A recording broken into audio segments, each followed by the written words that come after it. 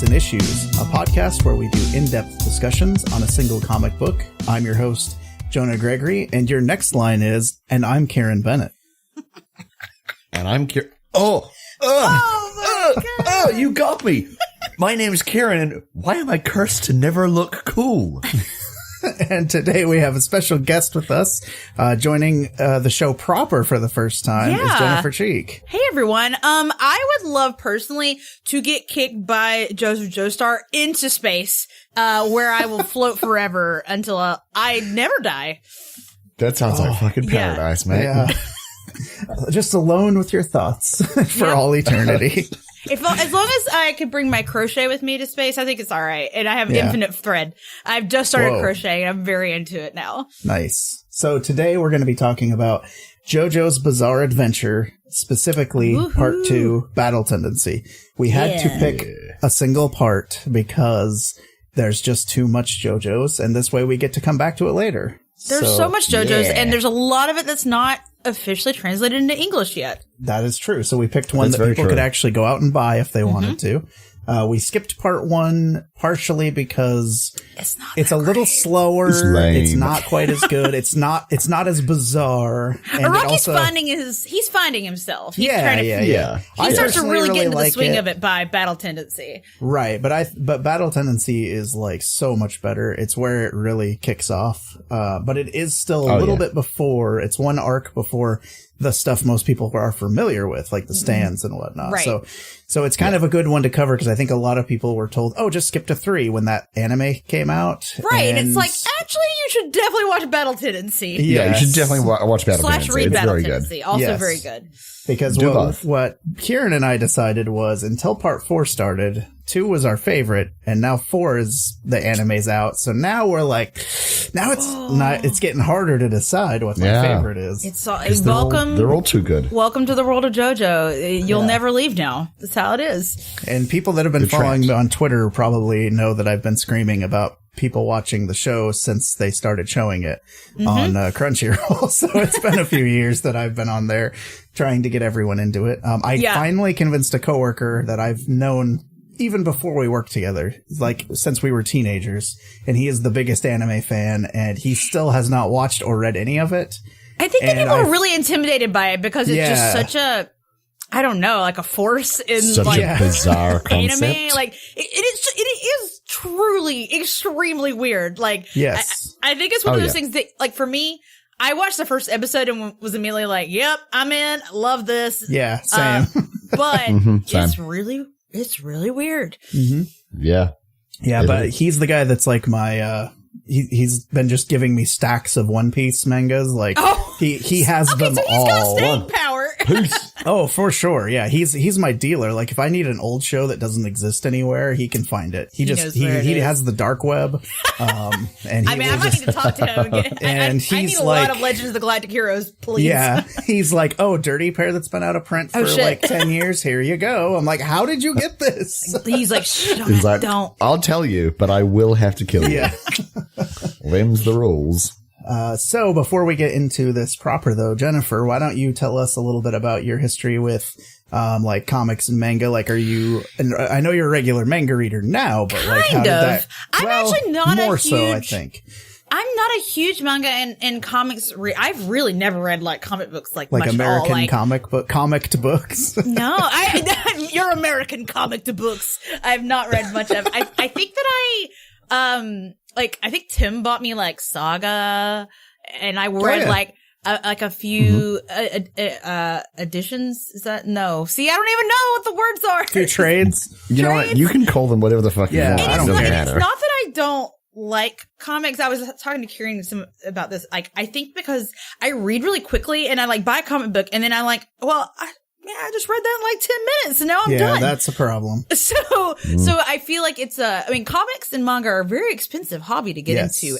And they're not great if you live in a tiny city apartment. So I have not been a huge collector of comics and manga. But I'll say that. But I got into anime, like 5-ish years ago. And I have started to amass more of a manga collection now. Yeah. Was there one that like got you into it specifically that really hooked you? Actually the first manga I ever bought was Attack on Titan. Oh, okay. Like a real like basic bitch. It's okay. Is it okay if I curse? Yeah, you can curse. Okay, good. Yeah, you can curse. I feel okay, so here's a little behind the curtains. In my head was like, it'll be like a family show. And I didn't really know Kieran that well in the first episode. We were casually dropping so many swears. And I'm just like, okay, I guess we're just going to mark this explicit then. Okay. And so I've never looked back. It's fine. Good. So I was a basic bitch and I watched Attack on Titan and I was like, I want to know what happens next. And so I bought a bunch of the manga and then I was like, wait, I can buy more manga. And Tim got me the entire set of Full Metal Alchemist for Christmas a few years ago. Which is wonderful. Yeah. And now, man, what do I have? So I've got Monster. I've started collecting, Delicious in Dungeon and Golden Kamui. Delicious in Dungeon is very good. Which I haven't read yet. Like, I have it. It's like on my shelf and I haven't freaking read it. I have some Tokyo Ghoul. I've got. We reviewed that's good. That. Yeah. I really enjoyed Tokyo Ghoul. That's like one of the few manga that I've read, like, all of it. Yeah.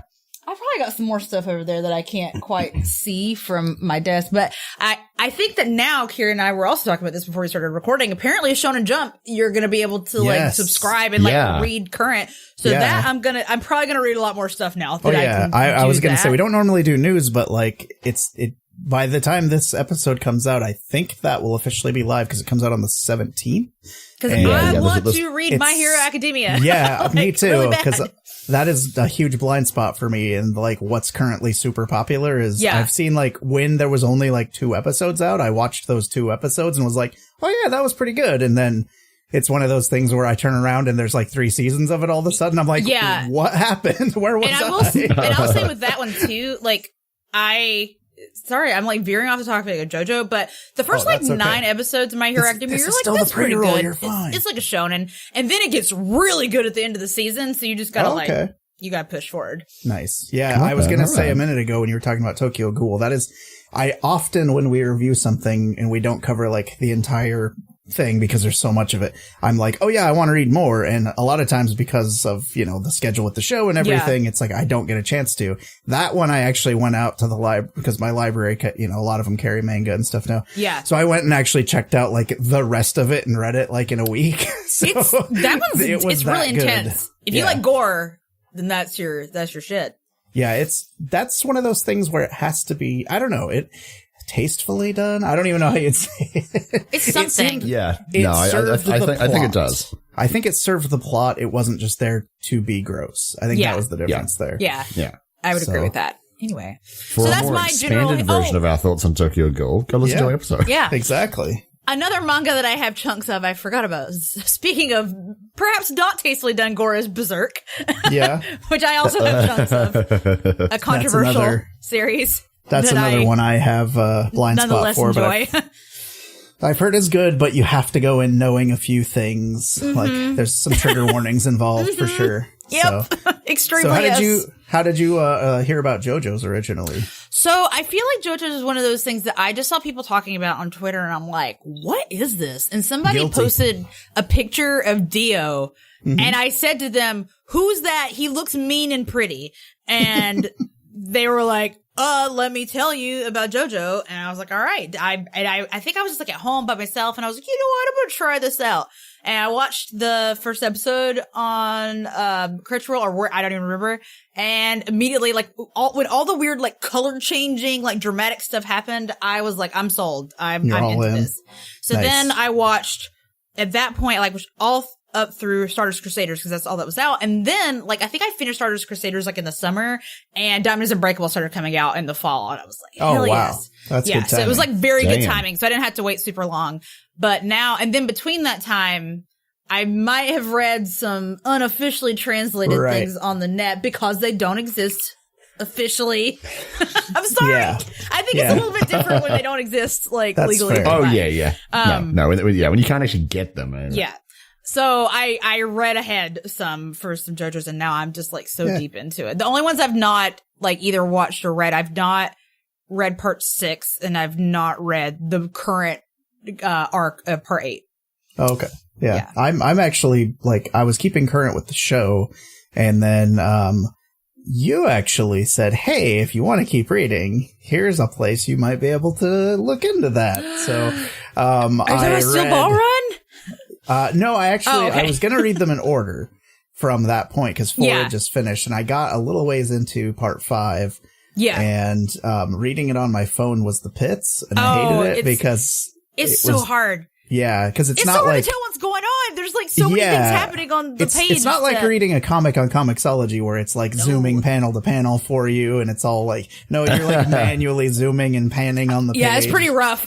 Yeah, so I read a pretty good chunk, but they're actually catching up to where I had read in the anime now. So I don't really have any regrets as having dropped off of that. But now when this season ends, I'm like, I'm probably gonna have to go find those again because now I'm gonna want to read part 6. Yeah, I don't. So far, it seems to be they're making a few changes in part 5 that are like good changes. I think they're like changing the order of some, like revealing something. They're doing a good job. They're doing a really good job with part 5. I think so. I'm enjoying it a pleased. lot so far.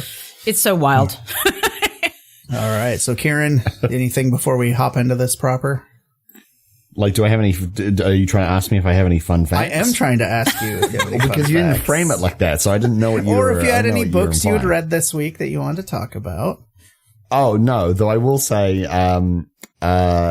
Christmas period, or no, this is the New Year period. So just after the Christmas period, go and pick up your comics from your comic book shop, because a lot of people order comics over Christmas and they don't pick them up because it's the holidays. Yeah, but your comic book shop, they're run by people as well, and they really need you to pick up their comics because that's, it's how they get their money. That's how you make money. And it's how they buy presents for their poor, starving children. They have to go to the workhouses because people don't pick up their freaking comics. Right. So and make sure you do that. Because it's the end of the year, they're going to have their taxes coming up, so they're really going to need that money. Don't remind me. Yeah. Taxes, the worst thing ever made. Okay.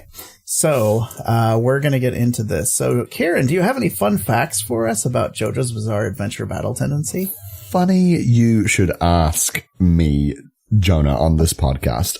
So JoJo's Bizarre Adventure, Part 2, Battle-Tendancy, originally titled His Proud Lineage, was originally published. Not as good of a title. No, not at all. It's pretty bad. It's not good. It was originally published all the way back in 1987. That's the year I was born. 1989. Really? Holy shit. Jonah, how old were you in 1987? I was 7. Man, Rocky's been reading. Cranking out. I should not have been reading this then. Yeah, no. No. JoJo's Bizarre Adventure is written and drawn by Hirohiko Araki, who made his debut in 1980 with a one-shot called Poker Under Arms, and basically went from there, eventually making JoJo's Bizarre Adventure, which was published weekly until 2004, until he just decided to go monthly because he's like, I just don't want to do it that much, because I can't keep up. Too, his art has gotten a lot more detailed, as he's gotten along. So I imagine it's a lot more work now. It was still pretty detailed. Like, Battle-Tendancy is really detailed. Yeah, it's kind of insane how much detail is in some of the panels. Especially when there's only 2 sentences, and so it's like if you're reading it quickly, you're gonna miss so much detail. In the art. Yeah. But yes, but he basically has just continued to do JoJo's Bizarre Adventure since then, which is still ongoing, and currently has 122 individual volumes, which is pretty crazy. Yeah. And has sold over 100 million copies. So pretty popular. 2 little fun things that he did in 2009. He actually did a part of an exhibit for the Louvre in Paris. He was selected as one of I think it was 5 or 6 comic artists to do part of an exhibition in the Louvre, which was kind of cool. And he also did a comic and a sort of exhibition for a Gucci store in Shinjuku in 2011. And I have found the comic that he did with Gucci, but I have not had a chance to read it. But apparently it's very good, and it stars Rohan Kishibe from Diamond is Unbreakable. So who's essentially a Rocky self-insert, by the way. Oh, 1,000%, 1,000%. Yeah, I highly recommend looking up the Gucci ads. They're like really good. Yeah. His like full color art. Oh my god, it's incredible. It's so amazing. All the art books of the JoJo art books are like so. That's the thing that I would like to own. I should put on my like wish list because they're beautiful. Like his art, and it's really funny to see his newer art versus like battle-tendancy or like Phantom Blood era. Like Phantom Blood, very very different art style. Yes. And then I also found this quote from him. I cannot tell you where it is from, but I think I picked it up from an article that I found on Twitter that someone else had retweeted. And so this is from him. This is about like kind of why he wanted to be a cartoonist, why he wanted to be a manga author. And he said, "In my childhood, I heard all kinds of rumors about being a cartoonist. I heard they can just ask anyone to get naked when they're drawing models of men or women. And there's a person who gives out ideas and can give them from anywhere in the world. Every fourth day of the week, their night shift is spent golfing and playing on a yacht. And cartoonists secretly keep a real handgun in their basements. How much truth is there in all of this? I can't tell you." So I'm pretty sure that's like he would do little like sketches and like have a little like note from the artist like in the like in each manga. And I think that's either from part 5 or from Steel Ball Run. I can't remember. But he just has like the most bizarre little like, I'm gonna write a weird thing because I can in like each manga. Like, here it is. Here's me. Here you go, Rocky. That just reminds me of someone in an interview asked him like, how come dogs always get hurt in your comics? And he's just like, do they? That's the entire, like, no follow-up. That's the entire Sorry, one more thing. Like, I need to, like, let us actually talk about this, but Araki is just such a, like, insane person. There's a character in part 5, Fugo, who has very crazy pants that have lots of holes in them, and, like, someone, like, asked him about it. Like, hey, like, what's up with all these holes? Like, what kind of underwear does he have on? And he's like, well, he's probably wearing a thong. Yeah, I think he has to be, considering all the holes you've put in his pants and that you can see his ass. It's right there. The whole ass. Yeah. Okay, so do we want to get into volume 1, or you got more for me, Karen? That's all I've got. That's all. Right. I'm tapping out. Okay, cool. Well, without further ado, I guess we will jump into volume 1 of JoJo's Bizarre Adventure, Part 2, Battle Tendency. And in Volume 1, it opens in the winter of 1938. So this is actually 2 generations removed from the characters in the original, because this is the grandson of Jonathan. And he actually made a point in here saying how on the cover of this collected volume and in some of the early panels, he is wearing goggles, like flight goggles. And he's like, well, it was set when flight was new. So it's like JoJo, and this is kind of obsessed with that whole look. And he wanted to make him look the same, but kind of differentiate him personality wise from the original. So if you've read the first part, you'll very quickly find out that this JoJo is kind of the opposite personality. Quite because he's not like a piece of white bread with like unsalted butter on him. Sorry, I'm a Jonathan hater. He kind of sucks. Yeah, so we catch up. We catch up with the best character from part 1, which is Robert E.O. Speedwagon. Yeah, boy, Speedwagon. In the meantime, Speedwagon has become a oil magnet and is a like multi-bajillionaire like and a philanthropist. Yeah. So this weird street urchin guy that JoJo befriended in the first one that used his hat that was made of razor blades to fight people with is now this wealthy investor like and baron. Scientist. Yeah. In America. So he started the Speedwagon Foundation, which is a recurring thing that keeps coming back throughout all of JoJo's. So this is where that gets started. It's Araki's like Deus Ex Machina, like we gotta get the Speedwagon Foundation in here to fix something. Yep.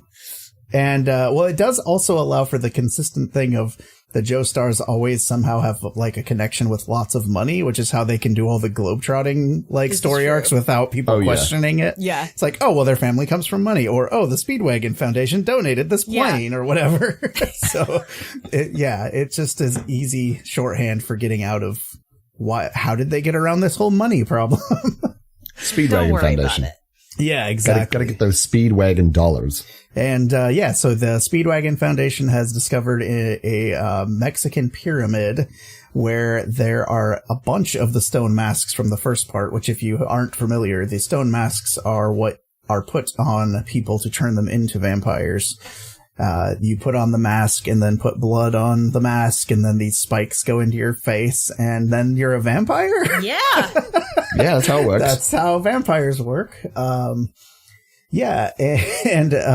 more importantly, there is a man who is part of the stone column. Some sort of pillar man, if you will. you might call him a pillar man. What a name.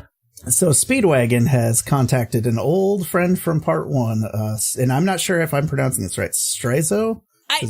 It is, but do you know what it is? Also, I don't know what it actually is. It's straits, as in dire straits. Okay, as in dire straits. Because there's dire and straits in in part 1. Okay. So, but it's Strice. They say Strizo. See, I'm so used to reading the new translations, they don't have the real names of all these characters, which is frustrating. Yeah, they don't do it in the anime either. They'll say like not the real thing, and it's like, but I can clearly hear you saying Crazy Diamond or Oingo Boingo. I can hear Boingo. You saying Oingo Boingo. What? Yeah. Anyway. It's so weird. So if you didn't know, a lot of the character names and later stand names are named after bands and songs and stuff, but because they didn't want to get sued when they translated it, they changed a lot of them. Yeah. For the US or just English, release. But you can figure it out if you think about it. Yeah. If you listen to the dub, or not the dub, excuse me. If you're watching the subtitled version, you can hear in Japanese what they're actually called. But anyway, he meets his old pal Straizo in Mexico, and because that's the guy who fought Dio with them, the guy that was the vampire in part 1, if you aren't familiar. And he's like, well, they use this thing called Heyman energy, which is basically like sunlight but it's in like energy form, in rippled energy form, and they use like a breathing technique. The magic of the ripples. Yeah, so this guy is like, he still looks way younger because he's like this, Zen master guy of this fighting art, and he suddenly turns on them all and kills Speedwagon's associates and badly injures Speedwagon, and we find out that he's actually completely obsessed with the whole like staying young forever by being a vampire thing that he got to witness Dio doing. So he is completely betrayed all of his friends immediately within the first couple chapters here. Which fair enough. Like if I saw Dio, it's like Dio's hot as hell. I want to be hot as hell forever. Forever. Yeah. I mean, what do I have to sacrifice? A bunch of other people? My friends? Done. Whatever. Yeah. He uses the blood he spilled from killing all of the other Speedwagon Foundation dudes to activate the mask and turn himself into a vampire. And, basically is just going like, hey, I'm gonna be the one who lives forever and basically the new Dio. He's actually not very intimidating compared to Dio, I have to say, though. He doesn't have the panache of Dio. Yeah. They try and kind of set him up like he's going to be, but it just never quite worked for me as well. He's pretty hot when he gets young again, though, because mostly he kind of looks like a girl, and I like that. And that is the most important part about being a vampire is like, how hot are you? Yeah, if you're not gonna be a hot vampire, just get out of here. I'm done with you. Yeah, honestly, if you're not gonna be hot while killing me with a steamroller, then I'd rather not. Don't even bother. Yeah, just don't. How do the vampires in Interview with a Vampire rate for you guys? They have young Antonio Banderas, and I've actually never seen that film, but I've not seen it either. Oh man, I know. That's a large gap in my. There's a lot of movies I've not seen in my life. That one is still fun, but really cheesy nowadays. So fun fact, Jennifer. Right? He's a vampire. Yeah, he's like the main dude. He's he's the vampire. He's the main dude. No, he's actually not. Brad Pitt is the vampire giving the interview, but Lestat is who turned him into a vampire, and he's who he kind of goes through time with. and baby Kirsten Dunst is like their adopted daughter. Basically, it's like they're like her dads once they turn her into a vampire. This sounds very homoerotic. Maybe I should watch this. It is very homoerotic, and I definitely recommend it. It's a good movie in that it's a fun but dumb movie. That's what I like. Yeah, I'm sold. We are talking about it right now. So then after this little betrayal, the small betrayal of everything they hold dear, we get to meet the new Jojo. So Joseph Joestar is very different from his grandpa, who is the other Jojo we had met up to this point. And he encounters a couple of New York cops who are harassing a black kid because he's black, and he steals assholes. Smokey, who's the kid. He steals Jojo's wallet, and he's just like, whatever. He doesn't actually care. You know, he has other money. It's not the biggest deal in the world. I've real got those problem Speedwagon dollars. Yeah, exactly. The real problem is that he finds these racist cops like beating the crap out of Smokey. So he turns the tables on them and uses his Heyman power to like break one of their fingers with a bottle cap and to do all kinds of crazy shoots stuff. the guy's finger into his nose. Well, that like, cop put a booger on his face, so like... This is true. Oh, no, I mean, like, it's totally justified. Like, they got what was coming to them, and they were racist, so sorry, racist cops. Yeah, that's what you get. Exactly. I also appreciate on people. that the really big fat one, I mean, his face just was drawn as a pig, essentially. Oh, yeah. Oh, yeah. These cops are just horrifically disgusting. So anyone disgusting can draw, looking. like, an ugly face like Araki can. Like, just the most hideous. Like, the only thing I can think that, like, can also, like, the only, like, artist is, oh my god, now my brain, Kentaro Miura, that does Berserk, also draws a real good ugly face. Yeah. I actually was wondering with Arake's art if he had any like Western influence on how he draws like not the super handsome people, because they feel like thugs from like a, you know, like a Batman comic or something. Oh, absolutely. It's like big face and like nose. Yeah, exactly. Definitely. So we find out a little bit about Erina Joestar, who's still alive from part 1, and how Joseph is like, that's the one person in the world that if he thinks she's going to be upset with him, he'll like do whatever he has to make her happy, which is kind of like the dichotomy of his character is like, oh no, this is going to make her mad at me. I better stop. Like, no, Grady Erina. I also love that like Erina is like such a bland character in part 1, but she actually rules in battle-tendancy. Just like this fucking mean, like badass grandma. Yes, that's another reason this one's so much better. Yeah. But as pretty quickly, Straizo, knowing, you know, that there's Jojo's still around, he confronts him immediately because he's like, well, this is the other family who has, you know, knowledge of the Heyman of the Hamon. I think they pronounce it Hamon. Do they? Okay. In the anime, I think they do, which is like Hamon. Hamon. I don't know if that's right or what. I feel like I have a memory of them saying Hamon. Or maybe that just is like a worm in my brain now. I don't know. I was going to say that's fair because I'm notoriously bad at pronouncing things. But the best part about this battle anyway is how he's like, oh, I'm here to fight you. And Jojo's reaction was to pull out a Tommy gun and just shoot him 1,000 times. Oh my god. Yeah, it's so good. It's so good. He's like, what are you doing? He's like, I knew you were coming for me, so I prepared this in advance. Right. And he also has grenades as well. Yes, like he has like a dozen grenades. Yeah. But he finds out the hard way that the vampires will just kind of reform, even if you've blown them into a million tiny pieces. It doesn't buy him as much time as I would have hoped, blowing a vampire up into like 1,000 pieces. Yeah. But, and the most important part is that Straizo does look very sexy no matter how many pieces he's in. He does. He's so hot. It also makes him nude for the rest of this fight. Which is good. So, it wasn't specifically necessarily this part. It was actually more the Pillar Men, but like, do you ever just like read a comic and you just know like, the person drawing this is so horny right now. Like, that is 100% of JoJo. Like, just very much nude, glistening buttocks for like no reason at all. Oh yeah, for chapters on end. For chapters on end of buttocks and large muscular thighs and shoulder muscles, necks, huge necks. Oh yeah.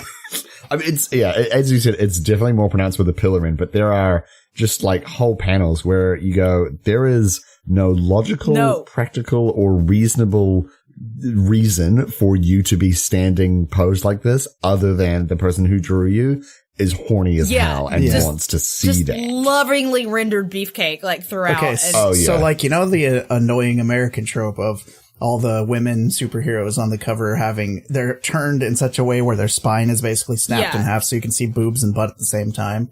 If you want beefcake men drawn in a very similar way, you need to read JoJo's. That's what I'm trying to tell you. It's so just...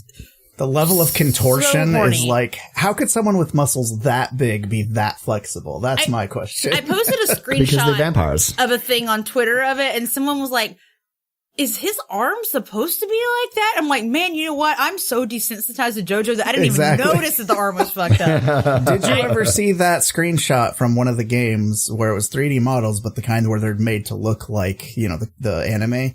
And it's Zappelli from this arc, doing the hand down over his head thing. Yep. And they had to like grab and stretch his arm out all crazy. So they showed it like zoomed out to show you like how much they had to contort them 3D model to make it even pose like that. It was amazing. They had basically had to like stretch and squish like parts of the arm to stretch it out like taffy to get it to go into those poses. It's just very refreshing to see men pinched and pushed and shoved into these little positions. It's really nice. So so he has a big final confrontation with Straizo on the, I'm guessing the Brooklyn Bridge. Was that what they were supposed to be on? They never explicitly say, but it seems like that's what they were going for. And he is able to defeat Straizo. I'm trying to remember exactly what the move, like what he did. He kidnaps a lady, and Joseph pretends to like not care. Right. Yeah, he calls the lady ugly. He calls her ugly. Right. I don't even remember exactly what happened, actually. And I, like, literally just read this, like, not that long same ago. Here. I read it last night, and I'm like, wait, what exactly did he do to win? Because it's, like, such a blur. That part is so fast. Here's the other thing about JoJo. Like, when you're reading it and you're like, wait, this doesn't make any sense. Yeah, it doesn't. You just gotta let it wash over you. It doesn't matter. Oh, yeah. Like, why does JoJo have a Tommy gun? He just fucking does. Get over it. It's just how it is. Yeah. Okay, so Straizo has a power that is basically one he observed from Dio, where he shoots, like, blood out of his eyes, and it's used as... Stinky eye or something. He calls it's really like weird. Projectiles. So Jojo charges a shot glass with Hammond, or Hamon, and it reflects back at him and hits him in the head. And he shoots his Space Ripper stingy eyes. Yeah, stingy eyes. Yep. That's a thing. And that's how he's able to get the one over on logically. It's pretty bad. I mean, not bad, like good bad. Like, it's so dumb, but I love it. It's so stupid that you're just like, okay, sure. Yeah. That makes sense. Yeah, let's go with it. There's been much dumber things in American comics we've covered. So I definitely am on board with all the dumb stuff that happens in these books. And there's so much more. They after this battle, we find out that basically Straizo had to dump the bodies after everything because he noticed that the blood was being absorbed by the Pillar Man that was in that cave. So, Speedwagon, his body being dumped into a river, he wasn't actually dead. So, turns out that, he's been kidnapped by Nazis because it's 1938. Because, okay. Of course. Do we want to talk about the Nazis now? Oh, boy. Or? There's some problematic Nazi content in this arc of JoJo. Yes. It is definitely easily the biggest strike against it, I would say. It's not great. No. Like, I actually rereading this part, I was like, wait a second. Is Caesar friends with Nazis? Like, I didn't really. Yeah. I think they de-emphasized that in the anime, but like, or maybe I just was like, glossed over it myself, but they have quote unquote sympathetic Nazis for sure in this arc. And it's not great. It's not the best. I will say, I feel that's about the most egregious that JoJo gets. Like, I don't feel like anything else like that happens again in the series. It's really just this chunk that has Nazis for some reason. Like, no, why? Yeah, it is very bizarre that, like, I don't believe in any of the other parts there's anything else quite like this. But for some reason, Battle-Tendency just has Nazis, not just in this volume, but in like all of the other volumes. There's like Nazis play like key roles. Yeah. Oh boy. Yeah. It's a problem. He gets better over time, so I can I will. And it was written in like 1987, so it's like, okay. Yeah, exactly. It's old. I'm sorry. It just reminds me of there's a old Japanese sci-fi movie on an episode of Mystery Science Theater they watch where when the UFOs are flying by and blowing up random buildings, one of the buildings just has a giant picture of Hitler on it. And so they're like, oh no, not the Hitler building. Where will children go for all their Hitler toys and games? And that's all I can ever think of now when I see Nazis portrayed in anything. In the anime, I know this is about the comic book, but like in the anime when the like Nazis are around, the music that plays is like so insane. Also, it's like so dramatic. Like, whoa, it's crazy. So back to the story. Yeah. So these Nazis have a secret base in the desert where they have extracted the Pillar Man, and Stroheim, who's the lead Nazi that we become. He kind of becomes part of their group in a way. Parts of him. He names this, so it's supposed to be Santana. Yeah. But if you have the current translation, it's Santviento for some reason. Yeah. So that's that.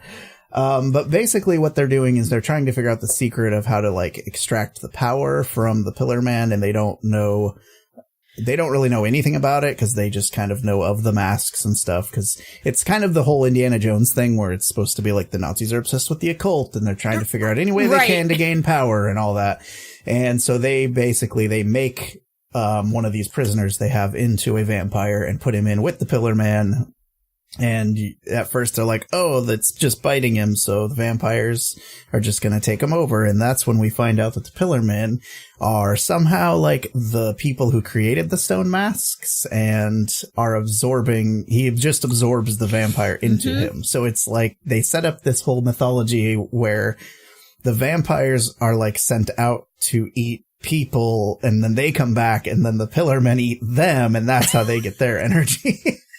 Classic. Because every cell in their body can absorb and break down the blood. It's very strange, and I have to say, it's so uniquely weird. I've not seen anyone try and copy that. In the same way, like anything that even kind of has stands, like Persona, you're like, that's from JoJo. That's from JoJo, yeah. Also, the thing I love about Araki is that he'll get deep in this, like, all right, like, I figured out this whole mythology, the stone mask and Hamon, and then, like, later he's like, you know what? Forget that shit. I'm gonna do something else now. Like, completely drop it and abandon it and do a new weird thing. Yeah. That definitely happens between parts 3 and 4 with the stands. Where he's like, oh, it's all related to tarot cards. No, it's not. No, never mind. It's actually about a bow and arrow and aliens. That's actually later that comes up. Oh, sorry.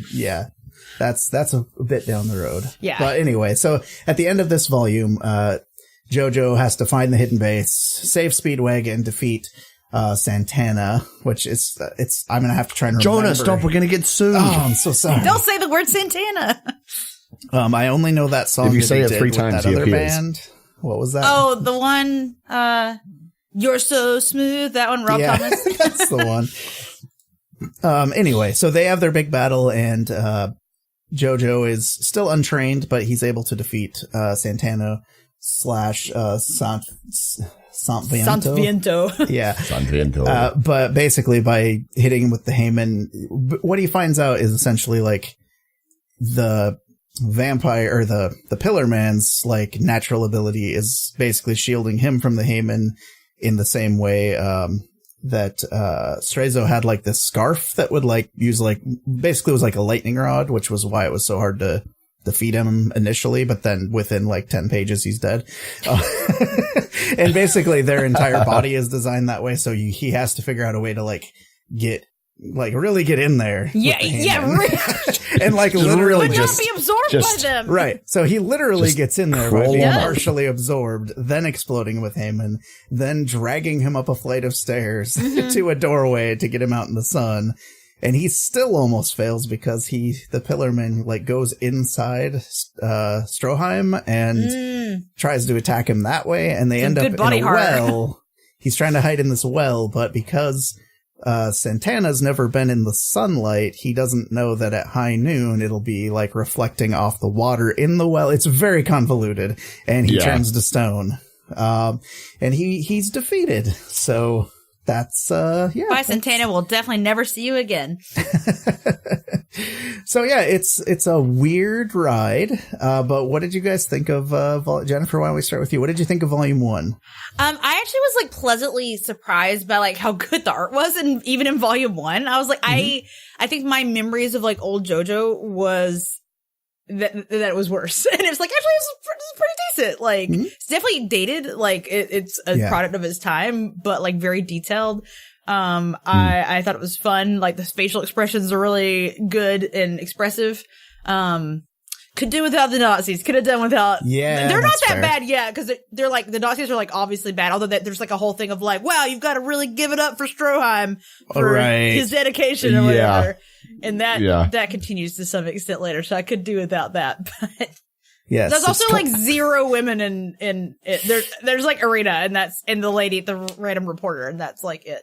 Yeah, that is also an ongoing JoJo's problem. It becomes better later. It does become better later, but like you gotta wait a while. Right. Got to get through a few more parts before there's anybody. Kieran, what did you think of Volume 1? I thought it was pretty damn good. I thought the art was really great. Again, like I think it's probably one of the strongest points about JoJo's is that like the art is so wild and crazy and just has like this, very strong aesthetic to it. Again, could have done without the Nazis. It would have been fair. Would have been great for that not to be there. But, it really clips along at a really good pace. I have to say, like there's no real like lulls in the story where I'm like, come on, like let's hurry it along here. Cause like it is basically like a shonen-ish manga. Oh yeah. I don't know what exact genre it falls under. I here. think I'm sure it might technically be seinen, but it's like shonen to seinen, like somewhere in there. Yeah. I think later on, once he's not in just Shonen Jump anymore, he gets a little wilder and it becomes more seinen, I think. Yeah. But like let's say it's a show. Let's say it's a shonen for the sake of this. Okay. But it's like there's no like massive lulls like that you sometimes get with shonen where like they're powering up or they're training or they're filling time or whatever.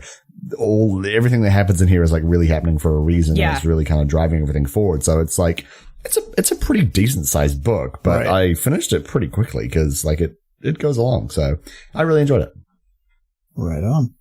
I was very on board with this. I was very happy to be rereading it. I've read the books. I've seen the show. I think I've seen this season probably like 3 times at this point. And it's, minus the whole Nazi thing again.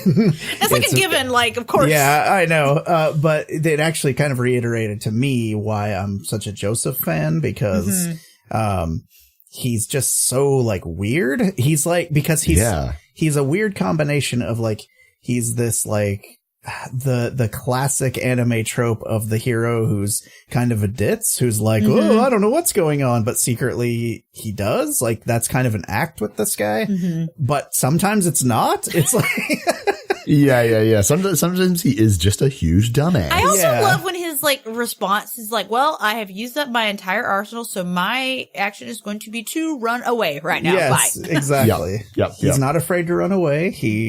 He mostly gets really upset when people insult his grandma. And hates it. And I do love his whole thing where then in other times he's Sherlock Holmes for some reason where he's like, oh, well, I knew because your coat didn't have anything on it, but so clearly you put it in your back pocket. Oh my God. Yeah. And he just like goes through this whole Sherlock Holmes detective thing of like knowing exactly where a person had stashed their brass knuckles before they've gotten a fight with him. So I love this version of JoJo. Like I was so happy that he came back for part 3 when I first started watching that. And he doesn't quite get to shine in much in that one because he's not the main character. But when they do bring back his things where he's like, your next line is going to be this, I would always get so happy. It's so good. Yeah, it's really good. He also arguably gets even hotter in part 3, which is how is it even possible? Oh my goodness, yes. So, all right. Yeah. So, Kieran, do you want to take part 2? Yeah, sure. Okay, so they all head off to Rome, and they all head off to Rome, and Jojo hits up with one of Speedwagon's contacts in Italy, who is Caesar Antonio Zeppeli, who is the grandson of Will Antonio Zeppeli, who is from part 1. So they don't really get along because Caesar's like, you're an untrained dumbass. You won against Santana. I'm such a ladies' man. Look at me with my weird fucking hat in this restaurant. He's so cool, and he eats spaghetti and stuff. And this is also the part where they have like a little Hammond competition, and Jojo puts a pigeon in a woman's mouth, and it's the greatest thing I've ever seen in my life. Yeah. Oh, man. So, I mean, God, it's so hard not to say. It's so bizarre because then you're just playing right into it. But it is. It's so appropriately named. Yeah. So, I think like when I was watching the anime for the first time and I got up to this part where they have their little competition and, cause Caesar, like he wins and then he's going to go and like kiss this woman that he's been wooing and he's like, now, where were we? And then just like her mouth just opened and this pigeon just like, and this pigeon just flies out. And Jojo's like, I knew you were going to go to kiss her, so I slipped a pigeon in there. I was like, what? Yep. That normal thing you do is putting a pigeon in someone's mouth. Yeah. And the thing is, like, I can't tell, like, is Araki the kind of person that's like, I'm going to do some weird shit, or is he just, like, sincere about this? Like, this is what's in his brain. I tend towards that. I think this is, like, his sincere, I think so. Yeah, I came up with a great idea, and it's this. Mm-hmm. Oh, yeah, 100%. But we also see that the Pillar Men, underneath Rome are now waking up, which is a bad thing. So, Joseph, they are so strong and so hot. They're so nude. Then Jojo, Speedwagon, Caesar, and also Caesar's Nazi friend who, whatever. Yeah. We'll gloss over him. That was weird. So they arrive at the underground cave where the Pillar Men are, and so the Pillar Men, who are Wamu, AC/DC, and Cars, have already awakened and killed all of the Nazis who were trying to steal their Pillar Man powers. Mm-hmm. And so Jojo and Caesar confront the Pillar Men and they're like, bring it on. But the Pillar Men already know what Hammond uses are and basically kick their ass. Yeah. Kick their asses, I guess. As Wamu is about to deal a mortal blow to Joseph, he promises him that, with a month of training, Jojo could make a worthy adversary. And he's like, I could, give me a month and I could take you on. I bet you. And so because, he loves to battle, he accepts and implants a wedding ring of death on, Jojo's aorta. Stupid. It's so fucking stupid. I love it. Yeah. And so he's like, this is going to dissolve into poison in 33 days. The antidote is in my lip ring, obviously. And so then AC/DC is like, shit, man, this seems real cash. I love it. Again on this as well. And puts another ring inside Joseph's windpipe, with the antidote in his nose ring. And so then Cars, who is the leader and is very cool, he is too cool to take part of this. And he's like, let's get out of here. We got to find the red stone of Aja. That's a plot point. Mm-hmm. That's a plot point. And Caesar's I just have to say that, what do they call that thing when the MacGuffin? Yes, the MacGuffin. I like how. Oh yeah. Why does JoJo's Bizarre Adventure need a MacGuffin? Because it really doesn't. It's but the super fact that it also not. piles a MacGuffin on top of all this other insanity. And they even address the MacGuffin later, right. JoJo's like, why don't you just destroy it? And Lisa's like, I can't because of a prophecy. Right. Yeah, she literally does not give a decent explanation as to why she needs to destroy it. She's like, I just know that one day I will need it. And he's like, I don't think that's a good answer. But okay. Yeah. Yeah, weird flex, but okay. And so then basically at the end of that, Caesar's like, I can really respect your kind of heroic efforts here. Let's go and train more in Hammond. And Jennifer, if you're all right, I'm going to turn it over to you because so Caesar takes Joseph to beautiful Venice to meet his mentor. And, I love this scene because you see this, like, person wearing, like, a spooky mask or, like, a weird, like, festival mask kind of thing. And you're like, whoa, who's this gonna be? Guys, it turns out it's a hot lady. It's Lisa. She's so hot. She's so hot. And Lisa's like, probably my favorite character. Lisa's really good. She's awesome. And Caesar's like, it's my master. And Joseph's like, what? This hot lady's your master? Oh my God, it's crazy. Lisa takes Joseph and Caesar to her weird island where she hangs out. Yeah, her island palace. It's called something really crazy, like Air Salampus or that. I think that's Air Salampus is like a sport spray that they use in Haikyuu, I'm pretty sure. It's something like that. So she takes them to her island and she's like, all right, I know this manga has been pretty gay so far, but how about we add to it and make you two boys climb up a big oily phallic pillar together. And also let's strap a BDSM looking mask to your face. Oh my God, Joseph, yes. on top of that. Yeah, so Lisa is trying to train them more in Hamon, so she makes Joseph wear the mask to control his breathing so he can get the rhythm better. And they have to climb up this oily pillar using their Hamon powers. And it's very difficult, but they do eventually do it. And I think that Caesar and Joseph like really bond. Like they like actually, they do. By the time they get to the top of that tower, they like care for each other. Yeah. They should kiss. It's beautiful. You cannot convince me that they haven't. Like literally, like this is one of those things. There's like a cover. Actually, I'm just gonna like send it in the chat real quick right now to you because I just cannot imagine like watching and reading JoJo and being like, this is straight. It's no. Like I am all for people interpreting art and media however they want. You know, as soon as you put something out there, it's up to people how they wanna take it. If you try and say that JoJo's is straight, you are incorrect. Like you are a fool and you know nothing. It's a bad interpretation. It's not, the picture's not coming through right now for some reason, but it's literally just Caesar and Joseph like cheek to cheek embracing each other for some reason on the cover. So they do training and they continue to do more training with Lisa's, minions, Loggins and, and Messina. So who's Jody Messina and Kenny Loggins, I think is who they're referencing. I really like how this part was drawn in the manga too, where you see like the days like ticking like forward while they're doing different training things. And, and it's just like, it is very good because obviously like it's a month of training and, you know, in another shonen manga, perhaps you would maybe get another couple chapters out of that training because, but they just like, it's like only a few pages. It's real quick, like lickety split. And they're done. Yeah. I appreciate it.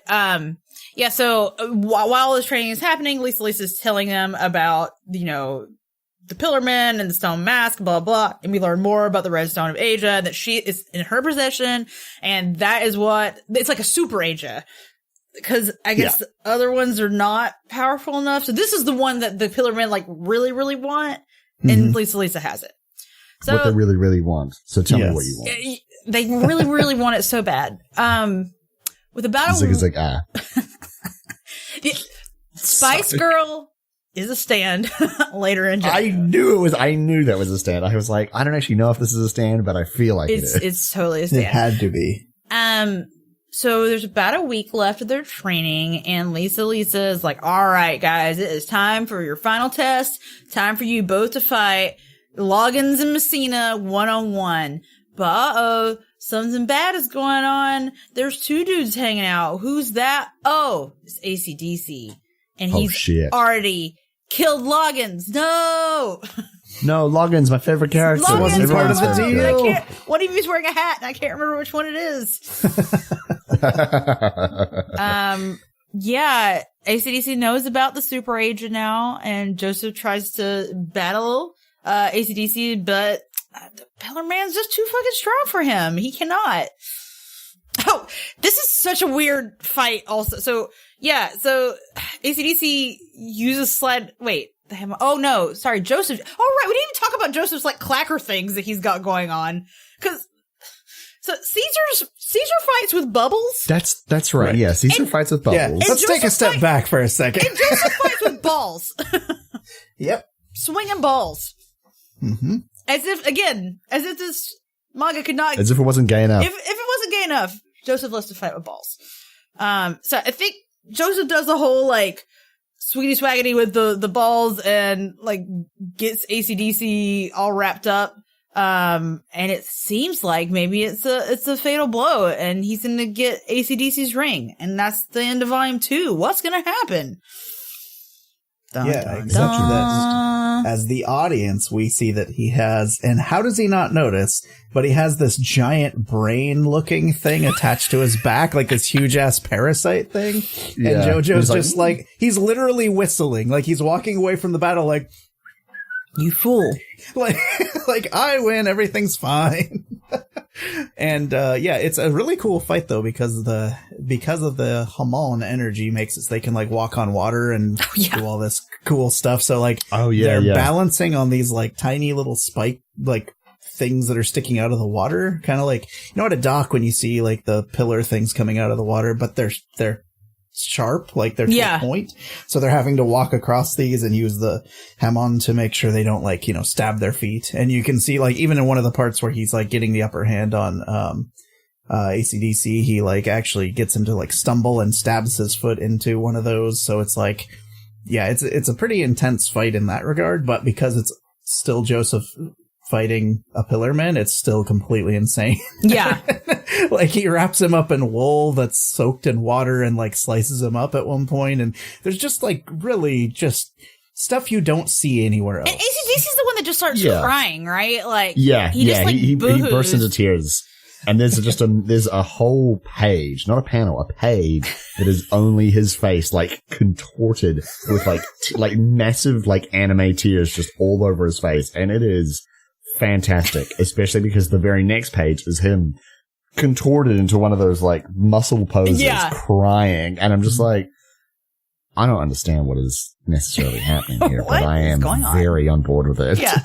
AC/DC just loves battles. They kind of go into that a bit, like where the reason he's allowed to even do the like bet for the giving him a month to train is because which one's the big boss? Cars? Cars is the big boss. Yeah. Yeah. Where even he's like, well, he likes to battle so much. I guess I'll let him have his month before we kill. Wait, I think that's Whammo actually that likes to fight. Oh, is that Whammo? But they all fucking love to fight. But they will just love to get rowdy. Except for Cars. Cars is like, I'm just gonna let y'all deal with this. I'm gonna hang out. Right. But he lets his bros do their fighting that they love. So he's a pretty good boss to the other Pillarmen. He's not a micromanager. Right, exactly. What a good dude. Yeah.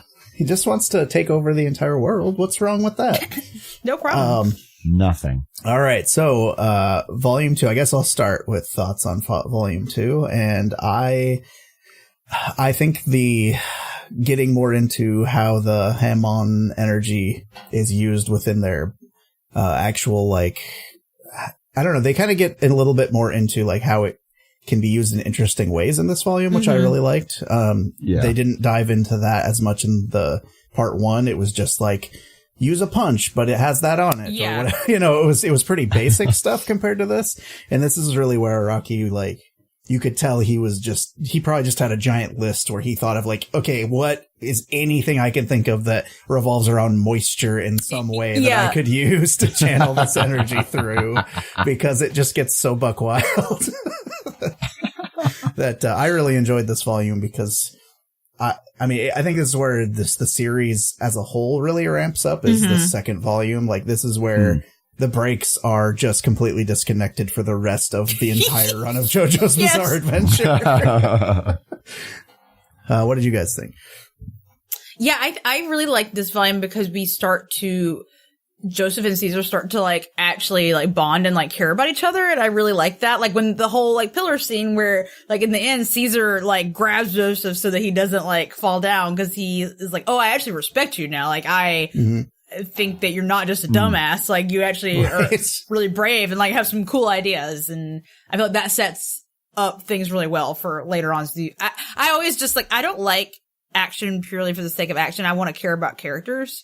So that's fair. I think this volume gets deeper into that, to caring about the characters. And That's Lisa Lisa's in it, and I love her. Yes, that's true. I think that's why stuff like car chases to me have always been so boring. Oh, I like Paul's. Because there's no like character involvement unless it's something that does it incredibly well, like Baby Driver. There's like, I don't know, never those stakes as like a face-to-face fight like in these books. Yeah. Yeah. Kieran, any other thoughts on this before we move on? I mean, yeah, it was great. I think this is a really, really good volume. As you said, you get a little more of the relationship between Caesar and Jojo, but, yeah, I think more than that, I think what I really enjoyed was that, like, this is kind of the point where there's less kind of, heed paid to, like, oh, what rules have I set up about Hammond? What rules have I set up about, like, how, like, the breathing and the vampires and stuff work? And instead, this is just kind of this, like, this unbridled kind of creativity going through everything that they're doing. It's like, okay, they're going to go to Venice and there's going to be a hot lady and, she has a palace and, there's a pillar and it's, the oil and, they're fighting on spikes and they're balancing and it's just like none of this necessarily makes like logical sense, quote unquote. Sure. But it is incredibly fun and it's really interesting to like read and it's almost compelling in a way because you're just like, I want to see where like it's going to ramp up to the next time. Yeah. Could you imagine having been reading this chapter to chapter back then too? Like, there's no way you wouldn't just be like, give me the next part now.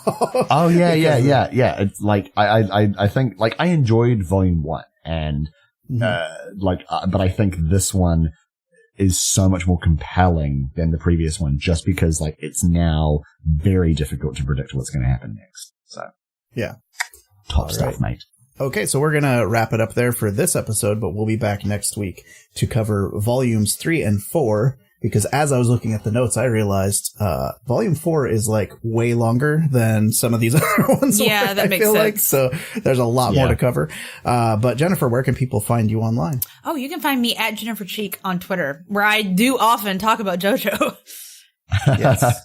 But you may have a podcast you want to plug? That's also important. Yeah, I am on you may Drunks be and on Dragons. A podcast network that we're part of. I'm literally wearing a shirt of it right now. Yeah. So I'm on the GeeklyInc podcast network, and I'm on Drunks and Dragons.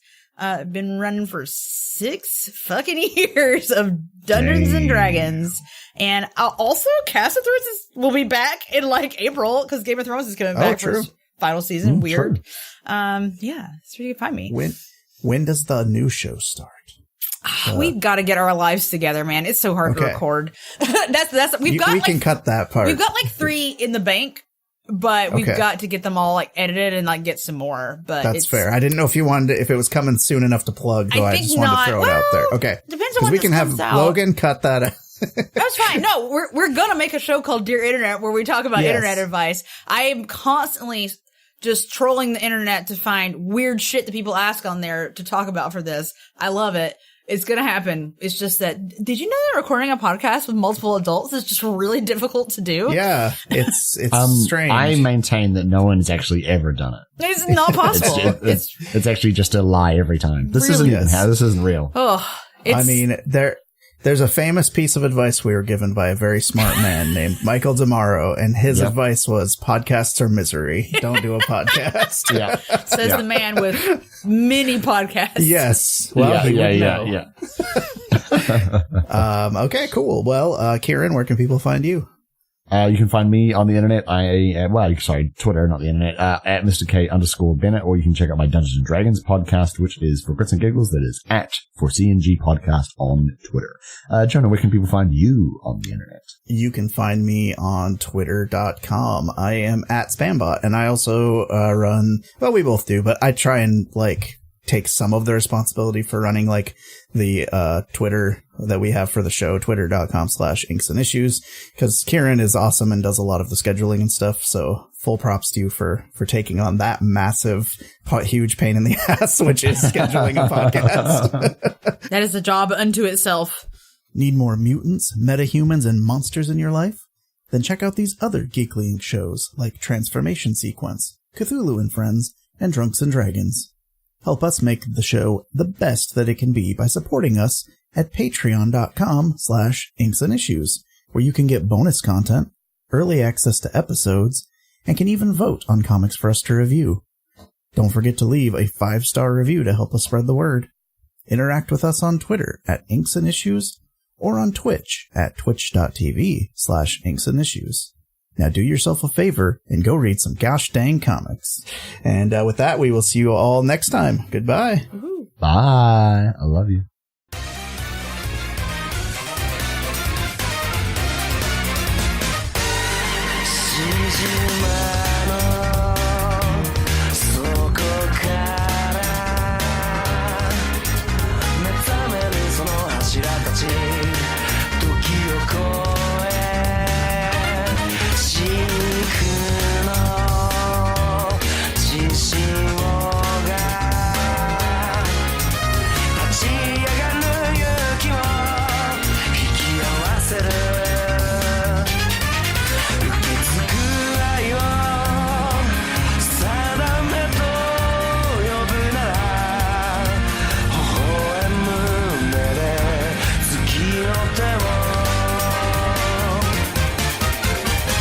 闇を